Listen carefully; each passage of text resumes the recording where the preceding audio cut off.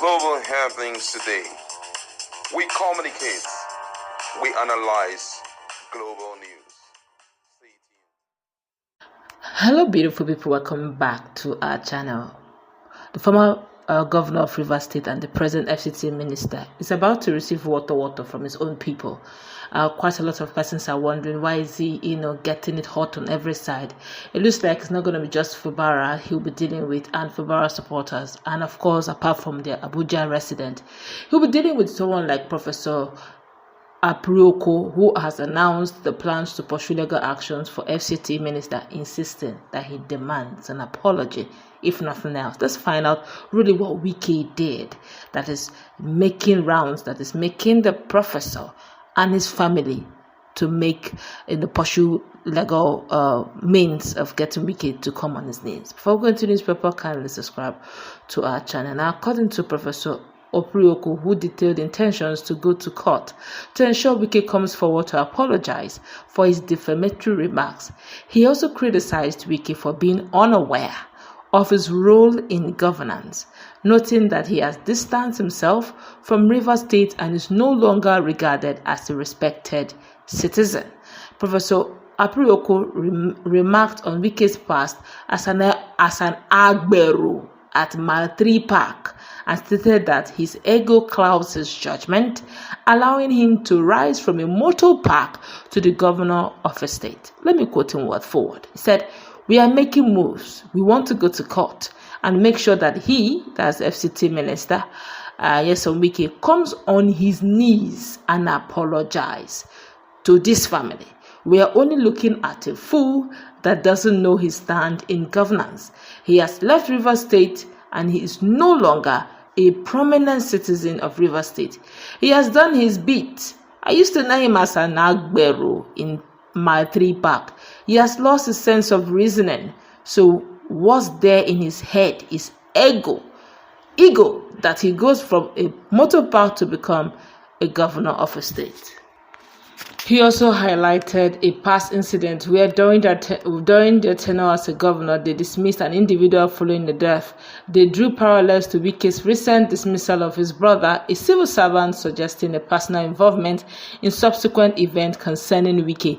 Now, the family has raised questions about the legality of a recent judgment, particularly criticizing the role of Wike in the case.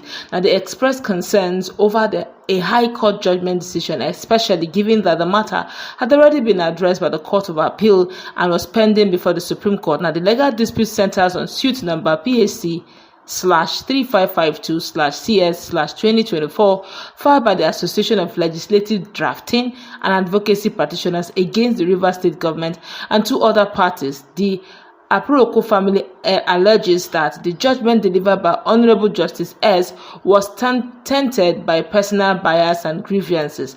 They believe that the judgment was influenced by a vendetta stemming from his dismissal of the judge's younger brother from the civil service. Now, this perceived personal bias has led to the family to question the impartiality of the judicial process in the instance. According to them, how can a judge of the state high court, after a court of appeal has issued a ruling and the matter has been appealed to the Supreme Court, sit down to say that the state governor can deal with three people? Our understanding of the words uttered by Mr. Nyesom Wike is that the Honorable Justice judgment in the suit was influenced by bias, and that justice was on a vendetta mission because Mr. Nyesom Wike dismissed his younger brother from civil service. A lot of things they discussed here, meaning that they actually wanted a lot of things that was said here. My colleague is in the house. The fact that the professor is actually speaking on behalf of his family, and they're calling on Nyesom Wike, the FCT minister and the former governor of Rivers State. According to him as well, they literally have no respect. It's a case of no love lost, really, for Nyesom Wike. He believes that just a privileged person who rose from being an Agbero. I'm not the one that said that. It was Professor Aprioku that said it. He said just emerged from Agbero, from Mile3 Park, to become a governor. I think where he's referring to as Agbero could be when Nyesom Wike was the chairman of the local government. What's your take on the fact that they're dragging him and asking him to apologize? It doesn't look like Nyesom Wike, but what's your take?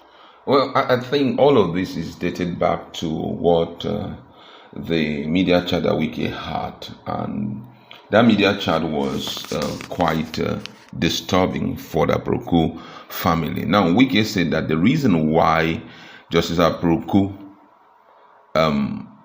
came against him in the court was because, that's Wike's claim. He claimed that that the source of the tension was a decision he made to dismiss Justice Aprioku's brother from the civil service position after a fatal building collapsed under the brother's supervision. There was a building collapse, and according to the information, it said that the guy was at fault. So I think he was a senior civil servant that time, and for some reason Wike had to suspend him.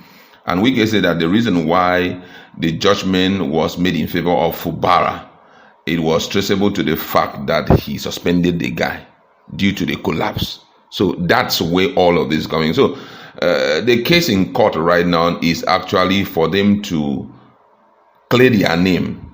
Okay. That's the justice to clear his name, that actually he didn't take that decision because of that. And also possibly for them to get back the years of service that the brother has spent, everything to be returned back to the brother. That's why they are going to court. And most people believe that what Wike did was right.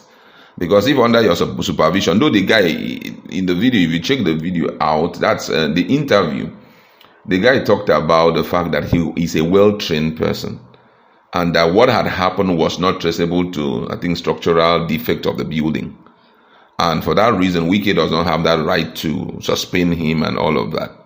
But then I think the case is dual. I'm not so sure because I've not seen the document of the case, but it's dual. Number one, Wike claiming that because of him sacking his brother, that's why he gave better judgment to Fubara, and the fact that Wike suspended the brother when the brother was not guilty.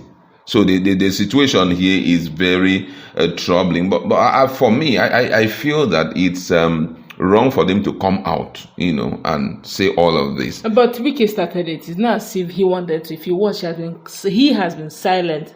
He never went public on this until Wike had that media chat where he now started, saying things. And I guess it's a case of he needed to clear his name. But then again, it's left for them, because at this rate, I do know that it's gonna be weekend.